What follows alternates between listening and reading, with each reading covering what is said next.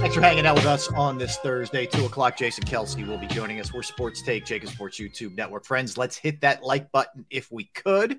Appreciate that. All right, so yes. So Fitness Rebel hit me up on a DM on Twitter, and she says, "Hey, are we doing the pictures that we can submit? Are we doing then and now?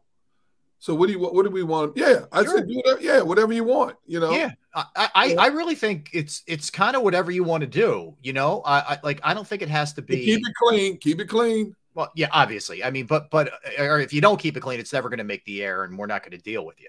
But no, I mean, yeah, we love to see funny stuff. You want to go back in the day like we were doing with some of our pictures yesterday, or any of that kind of stuff is great. We're game for anything. So, yeah, absolutely. Yeah. Hey, you laughed at us. You made your comments at us over the last year. It's our turn. Now it's our turns to enjoy some of those special moments in your lives. It's special moments in your lives. That's a good way to put it. Yes. So we will do that. Yes. And it could be just like if you find something funny or something happened to whatever, share an anecdote. It doesn't matter. Anything. We just want to give you that kind of flexibility for sure. So we will do that. Look, man, a lot to dive into. There is a lot to dive into here with the Eagles because, we're getting closer. We're about a month away from training camp. So let's take a look here, Derek. From a defensive standpoint, they were a really good defense last year. 20 points per game. Most defensive coordinators would say, I'd take it. I know Jim Johnson used to say, I think 15 or 17 or whatever, but 20 is pretty good. That's 7th in football. They were the best team in football against the pass. There wasn't a team. They only gave up less than 180 yards per game in the passing game. That's phenomenal this day and age. Run, they weren't as good. They were tied for 15th, and they were 1st in sacks. Pro Football Focus has them number 2 overall defensively and number 1 defensive line. Here's who they lost. Javon Hargrave, C.J. Gardner-Johnson, T.J. Edwards, Kaiser White, Marcus Epps, among others. They're kind of the headliners, right? I don't think I'm missing any huge names there. No. New faces counted on: Nicholas Morrow, Nakobe Dean, Jordan Davis, Jalen Carter, Reed Blankenship, Terrell Edmonds, Nolan Smith, maybe Keely Ringo, maybe. New defensive coordinator, linebacker, secondary coach. So in looking at it from that perspective, Derek, of those guys, you want to go players, or you might want to go coaches. First off, I'll ask you, what position and or player are you going to be looking at most closely? I would have to say linebacker, and the position and the player most closely would have to be Nakobe Dean. I'm extremely excited about the prospects of what he can do, but I just have to see it. As a college player, he was a destroyer in college. Can he play at that level in his maiden voyage as a starter in the National Football League? Right. I think he has all the physical attributes. He has the lateral speed. He can hit the gaps in a hurry. He can be very disruptive. But how is Sean Desai and Matt Patricia going to utilize all of his assets, especially when Desai's already said they don't like to blitz much. Right. They like to rely on that 4-man front. So what is his definitive role as the signal caller for that defense? That's the one position and the one player in particular that I'm really looking forward to seeing how it evolves and grows during the course of a season. I look, hard to argue linebacker, right? I mean, really hard to argue linebacker, because I thought it was an area that was I thought not so much TJ, but Kaiser White as the season went on. Yep. I think you saw why the Chargers let him walk. He was just okay. No, Gigi, Ringo has not signed yet. He asked if Keely Ringo has signed yet. He's the only one unsigned. But yeah, I thought that position was mediocre for the Eagles last year. Thought it was okay. It's definitely an area you can upgrade, but I don't know yet if Nicholas Morrow's an upgrade. I know he had a lot of tackles last year on not a great team. So I do wonder about that. And yeah, I mean, a lot of the success on that side of the ball is going to come down to Nakobe Dean. Yep. And how good he is. Yep. And I also wonder how much the familiarity those guys have playing together, whether it's Jordan Davis, Jalen Carter, Nakobe, and at some point Nolan Smith. I don't know how much of a role that plays at the NFL level, but it might help. Now, I will add this also. Depending on how quickly Nakobe adapts to his new role or his expanded role, I do feel good about the fact the Eagles have enough talent in front of him and behind him to help cover up any deficiencies he might have until he grows into that position. Most teams can't say that, but you look at what they have at the corners. You look, they brought in Terrell Edmonds, a proven veteran. You look at what they have up front in terms of pass rushers. They have enough talent to help him grow, right, and not feel an exceedingly amount of pressure put upon his shoulder pads. So I do like that. I do think he's a quick study, and I do think he's going to evolve in that role. But everybody's excited about, man, he's the man. We can all sit here and say that, but we don't know until we see it. And when you can take into consideration some of the quarterbacks he's facing, this is not last year. Right. You're not facing a whole season full of backups. You got some good frontline quarterbacks you got to face this year. Mm-hmm. And how is he going to handle that game in and game out? That's going to be, especially that one stretch of 5 games in the middle of the season. Man, that's murderer's row right there. I agree. And, and the other thing is, in terms of all these guys, but let's just take Nakobe Dean. How long is it going to take Sean Desai to figure out how to utilize him best? It felt like for a minute last year, very early in the year, the Eagles still didn't have a good handle on how to use Reddick. Yep. And then when it all clicked, he started going off. But it took them a little while. So that's the other thing. It might take these players and the coaches a second to get on the same page as to how to best get the most out of them. When you have a coordinator who only has 1 year of experience as a coordinator, you have to wonder, how's this going to look now? And it makes you understand why they brought in a more proven coordinator in Patricia.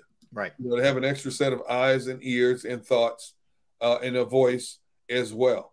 As long as they're on the same page and don't conflict each other, I think it's going to be a really good match of those two joining forces and trying to form a top-notch defense. But again, because you have so many new pieces you're adding to the equation and they've got to learn each other, it's going to take a while. The offense is going to hit the ground running. The defense may go through some rough patches, but that's to be expected. Yeah. I think the offense is potent enough to where it can overcome any deficiencies or slow starts the defense might have. I agree with you. I mean, the fail-safe is I do think they're going to put a lot of points up, especially early in the season, and it'll allow these guys a little bit of time to get caught up here and get going. And hopefully, they figured out whatever it is. They've ironed out all the kinks by the time you get to that stretch you're talking about out of the bye, because it gets really real at that point. That's for sure. So that's one to be looking at. Is there anybody? It's clearly, I think we're both going to have a focus on Dean. You talked about Jalen Carter a little bit earlier. What's a fair expectation of Jordan Davis? Like, how should we look at this year versus last year when he was getting his feet wet a little bit? Considering how they like to rotate people in and out, I think it's imperative that he plays at least 35, 38% of the snaps. He played like 21% of the snaps last year, and I still can't get out of my head when he was healthy. They only played him 10 snaps in the Super Bowl, especially when Kansas City in that second half was running up and down the field on him. Yep. And when he did play, Kansas City's offensive line, which was a decent offensive line, but not a great offensive line, was walling him off. Mm-hmm. They were walling him off and opening up holes elsewhere. I need to see him play at least 35 to 38% of the snaps this year. You cannot play 20% of the snaps this year as a high first-round draft pick in year number 2. Year number 1, when you look at what you had in front of him, you had two high-paid D tackles and Hargrave and Cox, highly decorated D tackles. It's okay. You can bring him along slowly. And then, of course, 2 injuries set him back as well, an ankle injury and a concussion. But this year, if he's healthy, he needs to be in at least 35 to 38% of the snaps. Yeah, I mean, the best way to put it for me is the training wheels are off. You had the luxury last year of having a really deep team. That hardly ever happens in the NFL. You don't have it now. And you were a first-round pick that they moved up to get. So, your expectation is very similar to what Jalen Carter's is. I mean, what did he go? What was Davis, 13th? And Carter was 9th. So your expectation should be, super high this year for him. And I want to see him look, if he establishes himself as a big-time run stuffer, and it looks like going forward he's got some potential against the pass, I'd feel good about that. If he really shows you that he's something, like there's a quality there. But I'd like to see him show us a little bit against the pass too. You know, this is where it's a weird mix. Isn't that defensive line strange? You're really young and you're really old. Like you have Brandon and Fletcher Cox, and then you have Jalen Carter, Jordan Davis, and Nolan Smith. Nolan Smith, yeah. The only sort of middle-aged guys are like Josh Sweat, right? I guess Barnett, you kind of consider him like middle-aged. Yep. But it is a weird mix there. There's not a lot of in between. No, I agree, but I like the nucleus that they have. You have the veterans that can calm the kids down and motivate them and encourage them as they go along. You have the seasoned vets who've played this game at the highest possible level. You've got two guys in Cox and Brandon Graham who have both played in 2 Super Bowls, so they know what it takes to get there. So you have enough mixture of both. You have a lot of speed. You have a lot of youth. You have a lot of high draft pick youth, and you have the veteran presence as well to stabilize it all. And even on the corners, when you look at Slay and Bradbury, they've been there. They know what it takes. You know, Terrell Edmonds has been around the block a few times. Mm-hmm. So you have enough mixture to make this thing a very efficient, cohesive unit, hopefully in a short amount of time, sooner rather than later. But you got to get it together. You got to, because the time that you're going to spend in practices, and even when you play against other teams in scrimmages and training camp, your reps are limited because you got to look at so many different guys to see how you're going to fill out a roster. Yep. So you're not really going to get a feel for your teammates until the season hits the ground. Yep. No, I agree with you. And that's the tough thing about the way things are now. And again, this is not a complaint because the Eagles were the most healthy team in football last year, but 3 preseason games where you're likely not to see a ton of Jordan Davis or Jalen Carter, and some others for that matter. And all of a sudden it's like week 1, Patriots, here we go. All right. Pushing you into the deep end of the pool. Let's see if you can swim here. Yep. You know, we're going to find out, but these are highly drafted guys. So I don't think it's not like you're asking, other than Reed Blankenship, undrafted free agents to step in there and do a lot, you know, and Sill says the entire middle of the defense, D tackles, linebackers, unproven. Most of it is, I mean, with the exception of Fletcher Cox. Yep. You know, Milton Williams has played a little bit. He's been okay. But yeah, and we don't even talk about him. We don't talk about, and I think he's a good D tackle. I really do. You know, but there's another guy in the rotation. Mm-hmm. So with him and Fletcher Cox and Jordan Davis, you got a nice mix there to keep guys fresher in the latter parts of a game. So that's why I said, if you get Jordan Davis around 38% of the snaps, Milton's getting his snaps, you know Fletcher's going to get his snaps. Yeah, that's a good ratio. Yeah, I agree. Look, I think this is also where it's difficult that you're asking a first-year defensive coordinator, you know, to do a lot here. And we're going to find out, that's for sure. So the way you look at this thing is to me, Hargrave will hurt them because he's clearly a guy who gets to the passer. Yes. CJ will hurt them because he's got a nose for the ball. You know, TJ Edwards is just super solid, right? He can do a lot of different things for you, but he's very solid. I don't know how much they miss Edwards or White and Epps. I think Edwards is a big loss. No, I'm saying White and Epps. I don't know how much they miss those guys. Yeah, Epps is a good role player. I don't know.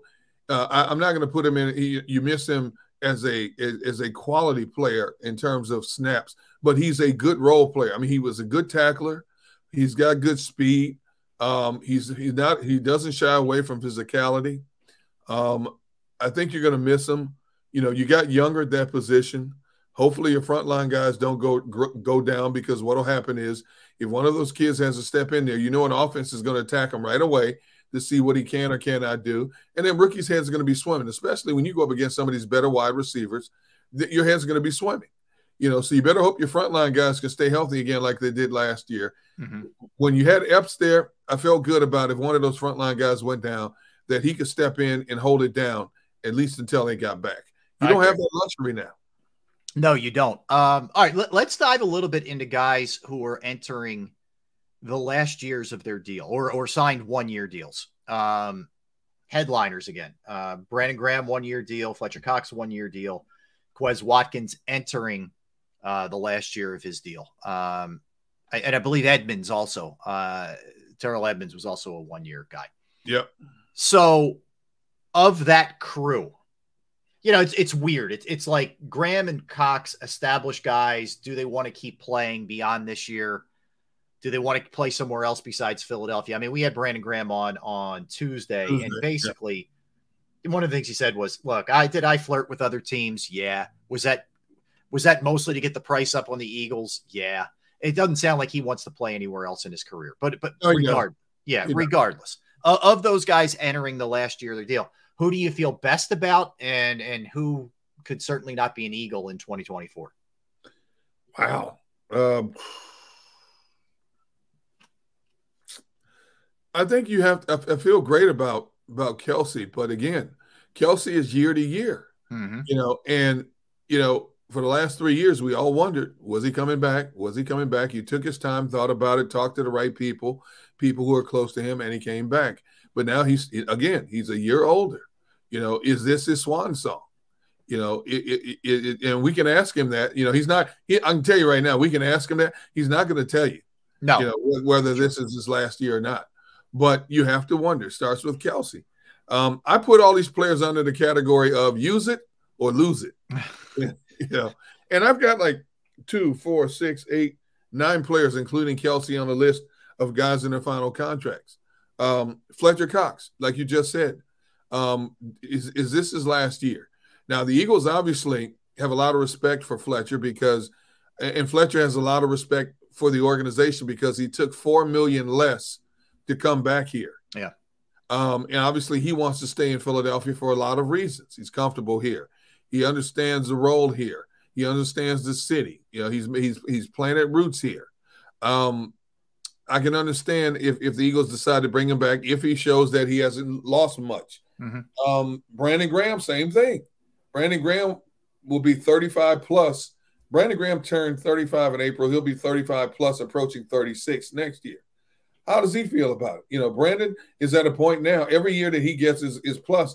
And there will be no internal struggle with Brandon in terms of, do I want to come back again? He'll shut it down. If he feels he's done everything he wants to, he'll shut it down in a blink of an eye and won't look back. He's got his kids. He wants to be more involved in their lives. If he wants to be in the media, radio TV stations are going to be lining up to try to grab him in Philadelphia. Yeah. Once it's announced that he's officially done.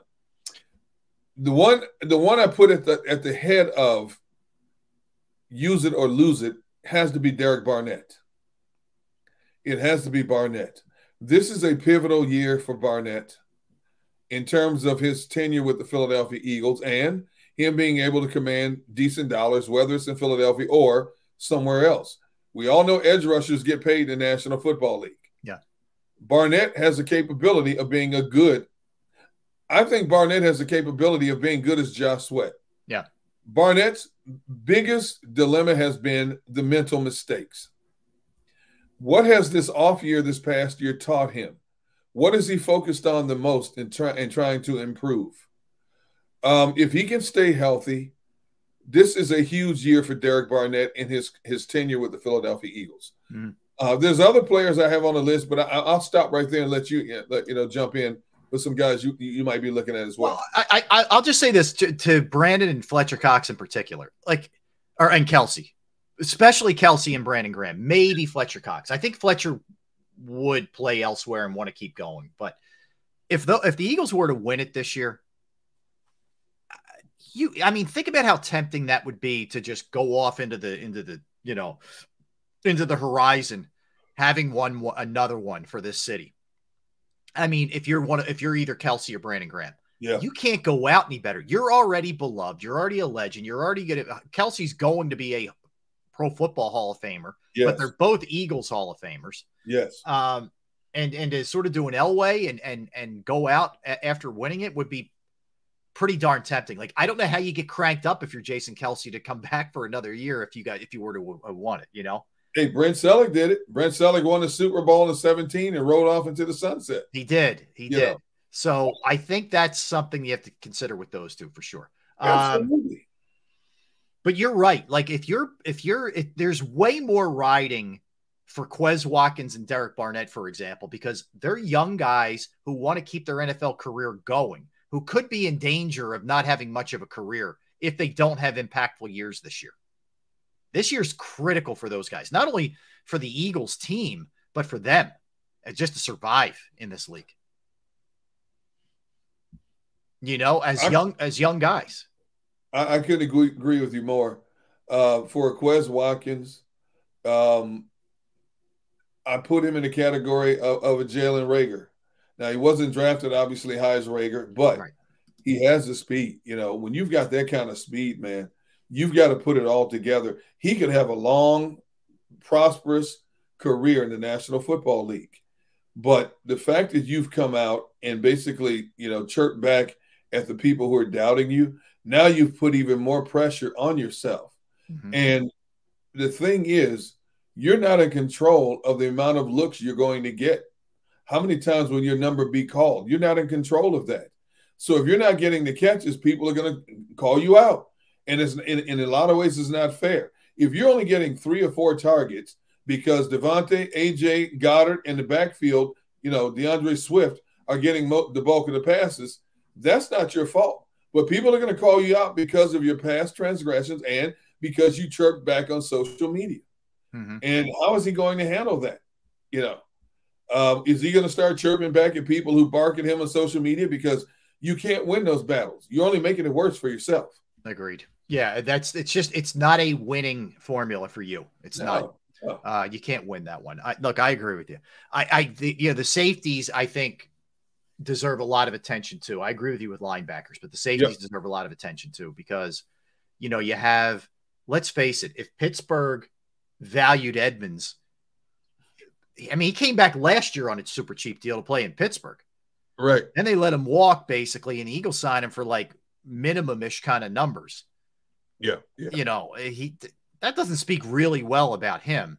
No. And then, you know, and then it's Reed Blankenship. And it's part of this is the Eagles are only going to spend so much on certain positions. They generally don't pay a lot of money to spots like safety or linebacker. No. And you know what? You can't have Pro Bowlers at every position. You have to get younger to get better in the future. And that's why, you know, I think it's going to, there's on the defensive side, we're going to see growing pains in players. As talented as these players can be, you're going to go through some growing pains because they haven't done it at this level enough yet. But like I said before, you have enough veterans to cover up for a lot of things. You can't cover all facets, but you can cover up enough and still be successful while these young men continue to evolve. Tone says, if the Eagles win it again, he'll tattoo Kelsey's face on his chest.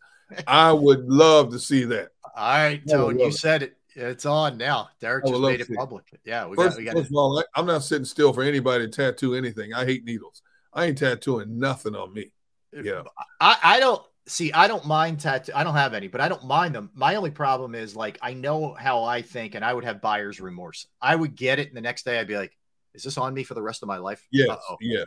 That's the way my mind works. When it comes to tattoos, there's some really creative ones out there, but then you see people who have like multiple, and it's like, what were you thinking when you allowed to do this? I mean, they're going all over your place, up and down your arms, your legs, your torso. What were you thinking? Yeah. When did you really need Tweety Bird on your arm for the rest of your life? Yeah. And it looks like a 4-year-old scribbled it on there. Yeah. And flowers and you know, but there's some that are really creative, but there are. I look at tributes to a family member. That stuff's awesome. Yeah. But there's too much like just time on their hands, I guess. I don't know. People put gargoyles on their body and snakes and all. I'm like, why? Yes. Yeah, I agree. John, a Delco for life. Yes. A tramp stamp. Yeah, that's what I'm going to get. Exactly. Who knows? I don't have it. Maybe I do. All right. So we'll keep the Eagles talk. I think it is fascinating when you look at this thing, this defense. I want to pose this question to you when we come back.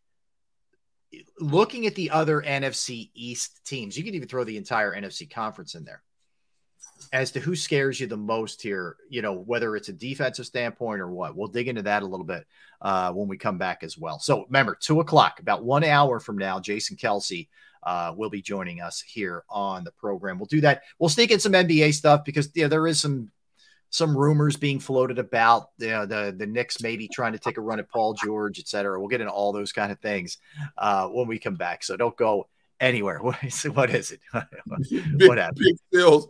I would pay huge money to get a tattoo chair. Yeah, don't count. Don't hold your breath, Sills. It probably not happening. Yes, it ain't happening. No, I would. I'm telling you, man. I would have. Oh, I'm going to do it, and I'd sit down and I'd hear that of the needle. I'd be like, bye bye. See you later. Yeah, dude. I grip the chair when you're going to get your teeth cleaned, and they turn on that thing with that little metal thing to clean your teeth. Man, my palms are sweating. I'm gripping that chair. I could rip the chair off the metal frame.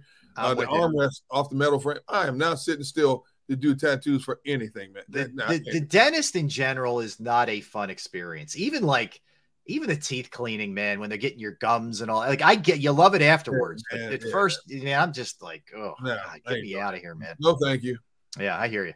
All right, so we'll get a quickie in here. We'll come back. We'll continue with the NFL and the Eagles talk. And again, Kelsey at 2:00. You don't want to go anywhere. Derrick Gunn, Rob Ellis. We're Sports Take, JAKIB Sports YouTube Network. Time for me to tell you about Jim Murray and Principal Financial Group. That's right. Because think about this. You work way too hard, right? You're trying to save. You're trying to do the right thing for yourself, for your family. And you want to make sure that you're investing your money with people that you can trust who are going to do the right things with it and grow it. And that's Jim Murray and Principal Financial Group, whether it's retirement planning, 401k review, insurance review. If you have a small business, you're trying to get your employee benefits off the ground. That's another resource that Jim can help you with. I know personally, and like I say to you guys, with everything that I endorse here, I take part in it. And I've entrusted my IRA, my 401k rollovers with Jim, and I couldn't be any happier. You will be too. Give him a call, 610-996-4751, 610-996-4751, or you could email him as well, Murray, MURRAY.Jim@principal.com. That's Murray.Jim@principal.com.